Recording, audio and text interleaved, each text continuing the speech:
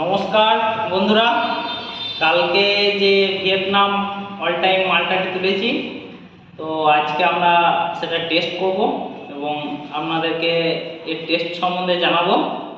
তো চলুন আজকে কেটে এটা আমরা স্বাদ গ্রহণ করি, এর স্বাদ কেমন সেই স্বাদ জানাবো। এটি ওজন হয়েছে 314 গ্রাম, তো খুবই ভালো ওয়েট। তো কালকে দেখেছেন আমি তুলেছি, তো একদিন রাখার পর এটা আজকে টেস্ট করব। এসো এটা কাটবেন।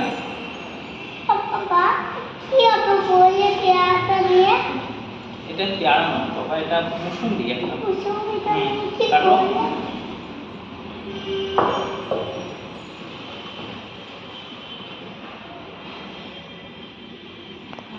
হ্যাঁ, মাঝখানে কাটো।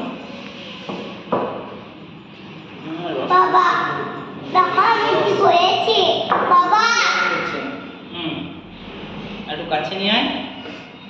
দেখুন তো ভেতরটা বীজ আছে, কিন্তু সেরকম খুব একটা বীজ নেই।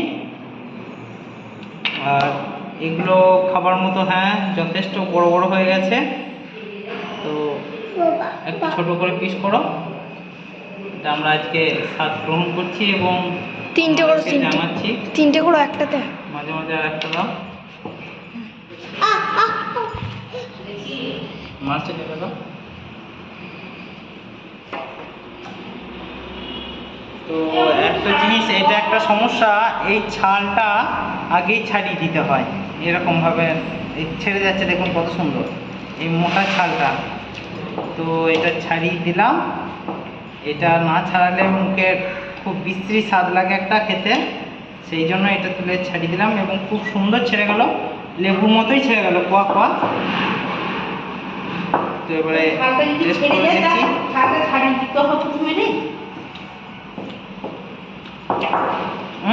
সত্যি যথেষ্ট মিষ্টি, এত সুন্দর মিষ্টি আমাদের আগের বারেও কয়েকবার হয়েছে।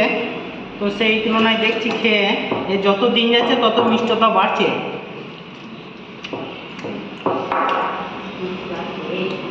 দারুণ খেতে, দারুণ দারুণ অসাধারণ।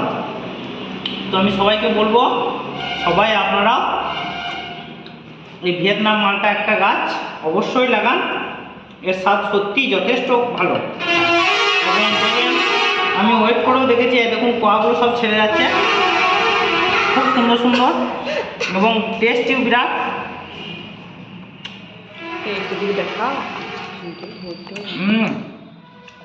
অসাধারণ অসাধারণ খেতে।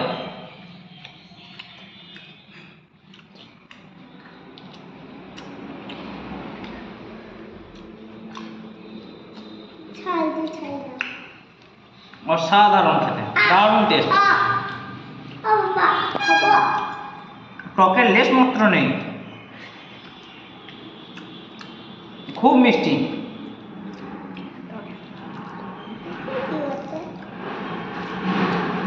দেখো তুমি একটা খেয়ে দেখো।